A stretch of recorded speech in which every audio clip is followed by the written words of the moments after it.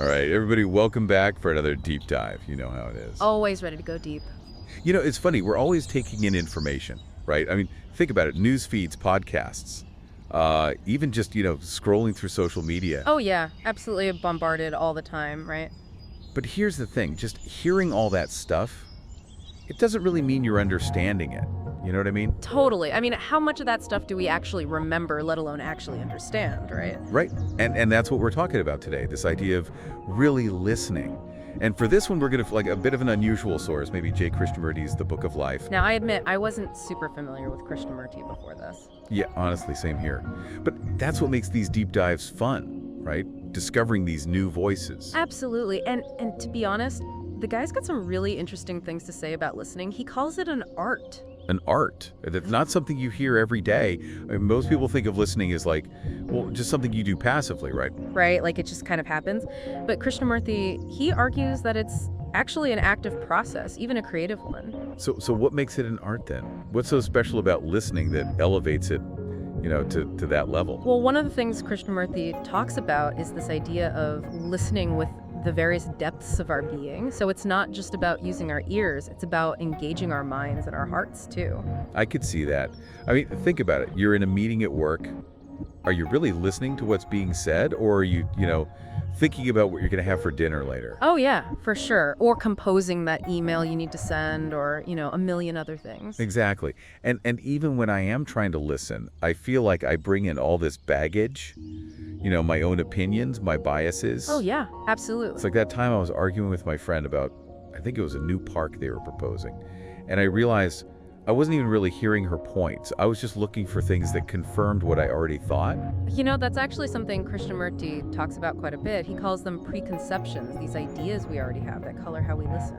And how do we get past those? How do we actually listen without all that mental clutter? Well, Krishnamurti emphasizes the importance of something he calls inward quietness. Okay, now that one I got to ask you to explain, because quietness inside my head, I mean, that's a pretty rare occurrence, let me tell you. Think about it like this. Imagine you're trying to savor a new flavor, something really delicate and subtle. Okay, yeah, I'm with you. But your mouth is already full of other strong flavors, like you just ate a bunch of spicy food or something. You're not going to be able to really taste that new subtle flavor. Ah, I see what you're saying. So it's like all our thoughts and worries are those strong flavors, and they're drowning out what we're trying to hear. Exactly. So to really listen, we need to create that space, that inward quietness, where we can actually take in what's being said without all that mental noise. Makes sense. And how do we do that? Is it like just a matter of meditating more? Well, meditation can definitely help.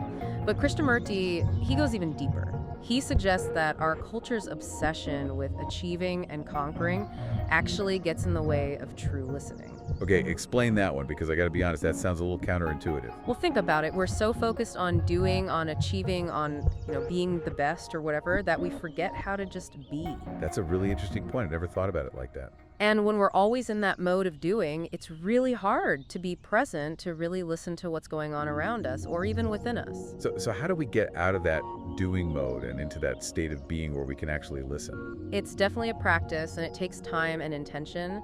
But one thing that can help is simply becoming aware of when we're in that doing mode, when our minds are racing and we're not really present. Yeah, for sure. I can definitely relate to that. And there we can start to cultivate those moments of stillness, even if they're just brief. Taking a few deep breaths, focusing on our senses, just bring ourselves back to the present moment. I like that. And speaking of being present, Krishnamurti also talks about this idea of the song of the words, which sounds pretty poetic. What's he getting at with that? It's a beautiful way of putting it, right? He's basically saying that language, it's more than just the surface meaning of the words. There's a whole deeper level, a whole melody of emotions and intentions, and even the silences between the words. So it's like we're not just hearing the words themselves, but we're also tuning into the feeling behind them, the unspoken stuff. Exactly. And he argues that when we achieve that inward quietness, we can actually hear that whole song, not just the individual notes. I mean, I think we've all had those moments where we felt truly heard by someone, like they really got us. And I bet it's because they were listening on that deeper levels. They were hearing that song beneath the words. Absolutely. And Krishnamurti makes this really interesting point. He says that true listeners are extremely rare. which is kind of sad when you think about it. It is, yeah. But imagine how much richer our relationships would be, our work, even our own self-understanding, if we all cultivated this art of listening. Right. It's not just about hearing what other people are saying. It's about listening to ourselves, too. Exactly. And Krishnamurti, he really challenges us to consider that what would change in your life if you became a more attentive listener, not just to others, but also to yourself. That's a powerful question and a great place to wrap up, I think. Thanks for joining me on this deep dive. It's been a fascinating conversation. Thanks for having me. Always a pleasure to chat with you. And to all our listeners out there, keep those ears open and keep listening for that song of the words. We'll see you next time.